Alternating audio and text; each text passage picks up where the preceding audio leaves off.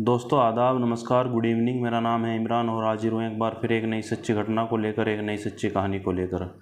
अगर आप चैनल पर नए हैं तो चैनल को सब्सक्राइब ज़रूर करें, वीडियो को लाइक करें। आज हम आपको जो सच्ची घटना सुनाने जा रहे हैं, ये सच्ची घटना है उत्तर प्रदेश की। उत्तर प्रदेश का एक ज़िला पड़ता है अलीगढ़, और इसी अलीगढ़ के अंतर्गत एक थाना आता है कवारसी थाना, और इसी कवारसी थाना क्षेत्र के अंतर्गत दरअसल बात है 30 जून साल 2024 की।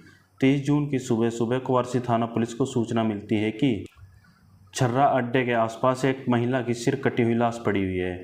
अब जैसे ही पुलिस को यह सूचना मिलती है तो पुलिस की एक टीम तुरंत आनन फानन में मौके पर पहुंचती है। अब जैसे पुलिस मौके पर पहुंचती है तो देखती है कि आसपास काफ़ी लोगों की भीड़ लगी हुई है, और इस भीड़ के बीचों बीच एक प्लास्टिक का ड्रम पड़ा होता है, और इसी ड्रम के अंदर एक सिर कटी हुई महिला की लाश पैक होती है। अब पुलिस भीड़ को इधर उधर करती है, और भीड़ को इधर उधर करने के बाद सबसे पहले उस ड्रम के अंदर से उस लाश को निकाला जाता है।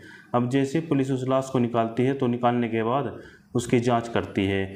अब पुलिस उसकी पहचान के लिए उसकी जांच करती है कि इसके पास से किसी भी तरह का कोई आईडी प्रूफ मिल जाए, लेकिन उसके पास से किसी भी तरह का कोई भी आईडी प्रूफ, कोई भी कागजात नहीं मिलता है। अब पुलिस के सामने चुनौती होती है उस लाश की पहचान करना। अब पुलिस सबसे पहले उस डेड बॉडी को अपने कब्जे में लेती है, और कब्जे में लेने के बाद उसको पोस्टमार्टम के लिए भिजवा देती है। अब पुलिस आगे की छानबीन और जांच पड़ताल शुरू कर देती है।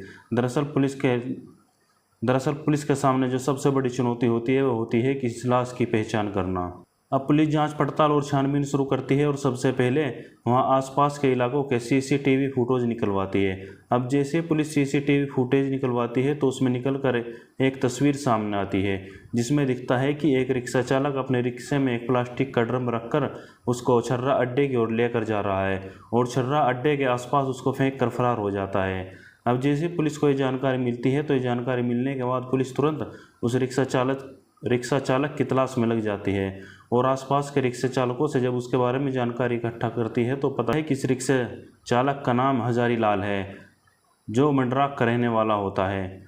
अब जैसे पुलिस को उसके बारे में जानकारी मिलती है तो पुलिस की एक टीम तुरंत उसके ठिकानों पर छापेमारी करती है, और हजारी लाल को गिरफ्तार कर लेती है, और गिरफ्तार करके पुलिस स्टेशन लेकर जाती है। और वहाँ ले जाकर जब इस घटना के बारे में उससे पूछताछ करती है तो वो एक ऐसी कहानी बताता है जो आगे हैरान करने वाली है, परेशान करने वाली है। दरअसल हजारी लाल बताता है कि साहब एक रिक्शा चालक है, और रिक्शा चलाकर अपने परिवार का पालन पोषण करता है, और आज से करीब 3 साल पहले उसकी मुलाकात एक महिला से होती है। दरअसल हजारी लाल बताता है कि उसकी मुलाकात आज से करीब 3 साल पहले स्टेशन कॉलोनी निवासी एक महिला के साथ होती है। महिला का अक्सर मार्केट में आना जाना लगा रहता है, और वह महिला अक्सर हजारी लाल के रिक्शे में ही बैठकर मार्केट आती है और जाती है, और दोनों की जान पहचान हो जाती है। अब जैसे ही दोनों की जान पहचान होती है तो दोनों एक दूसरे के साथ दोस्ती कर लेते हैं, और दोनों एक दूसरे का नंबर शेयर करते हैं। अब जैसे ही दोनों एक दूसरे का नंबर शेयर करते हैं तो दोनों में बातचीत शुरू हो जाती है। धीरे धीरे समय बीतता जाता है, और समय के साथ साथ दोनों की जो दोस्ती होती है वो प्यार में बदल जाती है। अब दोनों एक दूसरे से मुलाकातें करने लगते हैं, और दोनों में आपस में नाजायज़ रिश्ता बन जाता है। दोनों नाजायज़ संबंध बनाने लगते हैं, और मुलाकातों का जो दौर है वह शुरू हो जाता है। धीरे धीरे समय बीतता जाता है, और समय के साथ साथ उस महिला की डिमांड बढ़ने लगती है। दरअसल महिला की माली हालात कुछ ठीक नहीं होती है, और वह महिला उस हजारी लाल से कुछ पैसों की डिमांड करती है। अब हजारी लाल भी रिक्शा चलाकर अपने परिवार का पालन पोषण करता है। उसकी भी माली हालात इतनी अच्छी नहीं होती है कि वह उस महिला की मदद कर पाए। अब हजारी लाल अपने एक दोस्त के जरिए उस महिला को कुछ लोन के तौर पर पैसे दिलवा देता है,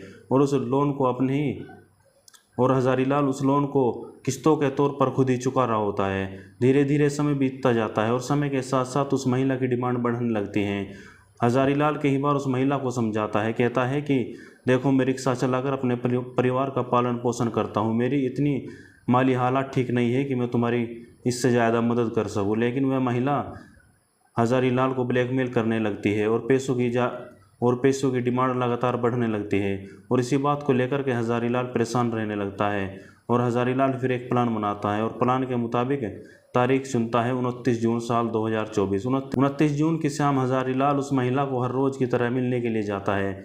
दोनों मिलते हैं, मिलने के बाद कोल्ड ड्रिंक पीते हैं। अब हजारी लाल उस कोल्ड ड्रिंक के अंदर ही कुछ नशीला पदार्थ मिला देता है, और उस कोल्ड ड्रिंक को उस महिला को पिला देता है। अब जैसे वह महिला उस कोल्ड ड्रिंक को पीती है तो पीने के बाद कुछ देर बाद ही उसको नींद आने लगती है, और कुछ देर के बाद वह गहरी नींद में सो जाती है। अब हजारी लाल मौका देखते ही महिला का गला दबा देता है और गला कुछ इस तरीके से दबाता है कि कुछ ही मिनटों में महिला की मौत हो जाती है। अब महिला की मौत के बाद उसकी लाश को ठिकाने के लिए वो एक प्लास्टिक का ड्रम लेकर आता है और उस ड्रम के अंदर उस महिला की लाश को पैक कर देता है। अब जैसे ही वह उस महिला की लाश को उस ड्रम के अंदर पैक करता है तो उस महिला की गर्दन बाहर निकल जाती है।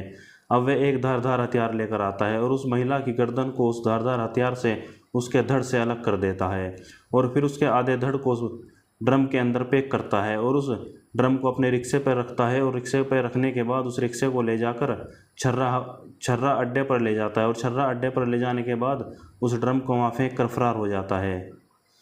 अब जैसे वे ड्रम को वहाँ फेंकता है तो फेंकने के बाद इसके बाद हजारीलाल उस महिला के सिर को विष्णुपुरी के एक इलाके में लेकर जाता है और वहाँ एक खाली पड़े प्लॉट में फेंक कर फरार हो जाता है। अब जैसे ही पुलिस इस घटना के बारे में खुलासा करती है तो हजारीलाल को अपने साथ लेती है और विष्णुपुरी के उस इलाके में लेकर जाती है और उस खाली पड़े प्लॉट से उस महिला के कटे हुए सिर को बरामद कर लेती है। अब पुलिस हजारीलाल पर गंभीर धाराओं में मुकदमा दर्ज करती है और मुकदमा दर्ज करने के बाद उसको जेल भेज देती है। दोस्तों, इस कहानी को सुनाने का उद्देश्य किसी की भावनाओं को आहत करना नहीं बल्कि आपको जागरूक करना है ताकि आप भविष्य में होने वाली किसी भी अनहोनी को पहचान सकें और उससे बच सकें। फिर मिलते हैं एक नई सच्ची घटना के साथ, एक नए क्राइम शो के साथ।